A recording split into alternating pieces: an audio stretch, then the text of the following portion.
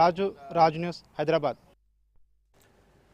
ఖమ్మంలో సిపిఐ శతాబ్ది ఉత్సవాలు ముగిశాయి. సిపిఐ భారీ బహిరంగ సభకు తెలంగాణ ముఖ్యమంత్రి రేవంత్ రెడ్డితో పాటుగా పలువురు మంత్రులు, సిపిఐ అగ్రనేతలు హాజరయ్యారు. తెలుగు రాష్ట్రాలతో పాటుగా దేశంలోని వివిధ ప్రాంతాల నుంచి తరలివచ్చిన సిపిఐ శ్రేణులతోటి ఖమ్మం నగరం ఎరుపెక్కింది.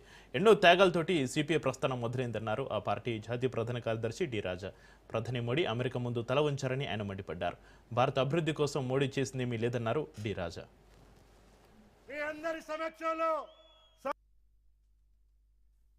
We have a government headed by Mr. Modi. What is Modi doing? He claims non-biological creation. He doesn't believe that he has born from a mother and father. He thinks he is a non-biological creature. And he thinks he is 56 inches chest. And he is the greatest, bravest man. But now, when Donald Trump accuses India, dictates India, do not buy oil from Russia and accept the tariff which America proposes. What Modi is doing? Modi is not uttering a word questioning, condemning American President Donald Trump. Modi is surrendering to American imperialist power.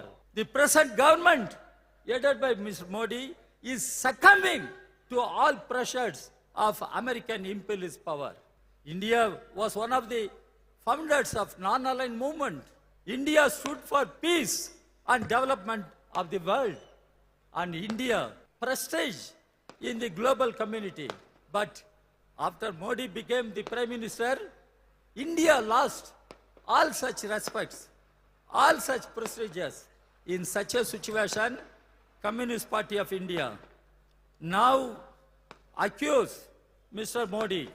Mr. Modi, don't surrender to American imperialist power.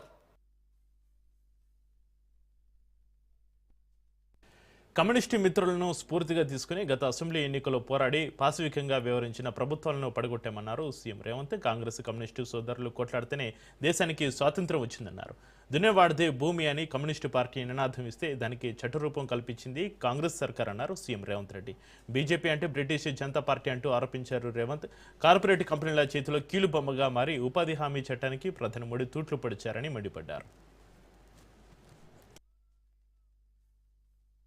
BJP అంటే BJP Bharatiya Janata party కాదు, ఇది British Janata party.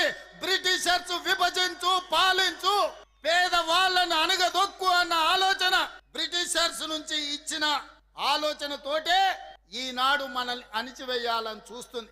ఇవాళ పేదల కోసం, రైతు కూలీల కోసం, భూమి లేని నిరుపేదల కోసం యూపీఏ ప్రభుత్వంలో ఆనాడు కమ్యూనిస్టు కాంగ్రెస్ పార్టీ కలిసి జాతీయ ఉపాధి హామీ పథకాన్ని తీసుకొస్తే ఈనాడు జాతీయ ఉపాధి హామీ పథకాన్ని రద్దు చేసింది.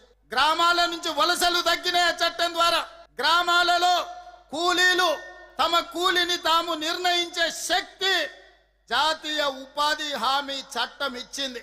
ఇవాళ అదానీ అంబానీలకు కూలీలు దొరకడం లేదు, ప్రజలు వలసలు పోవడం లేదు, నగరాలు వలసలు పోయే రోజులు మారిపోయి మొన్న వచ్చిన కరోనా సమయంలో ఈ దేశంలో ఉండే పేదలను ఆదుకోవడానికి జాతీయ ఉపాధి హామీ పథకమే ప్రయోజనం చేకూరింది. ఇవాళ నరేంద్ర మోడీ ప్రభుత్వం జాతీయ ఉపాధి హామీ పథకాన్ని తూట్లు పడిసి నిర్వీర్యం చేసి ఆ పథకాన్ని రద్దు చేయడం ద్వారా మళ్ళీ రైతులు, రైతు కూలీలు గ్రామాలు వదిలి పట్టణాలకు వలసపోయే పరిస్థితి. పట్టణాలకు వలసెళ్తే మళ్ళీ వెట్టి చాకిరి వస్తుంది.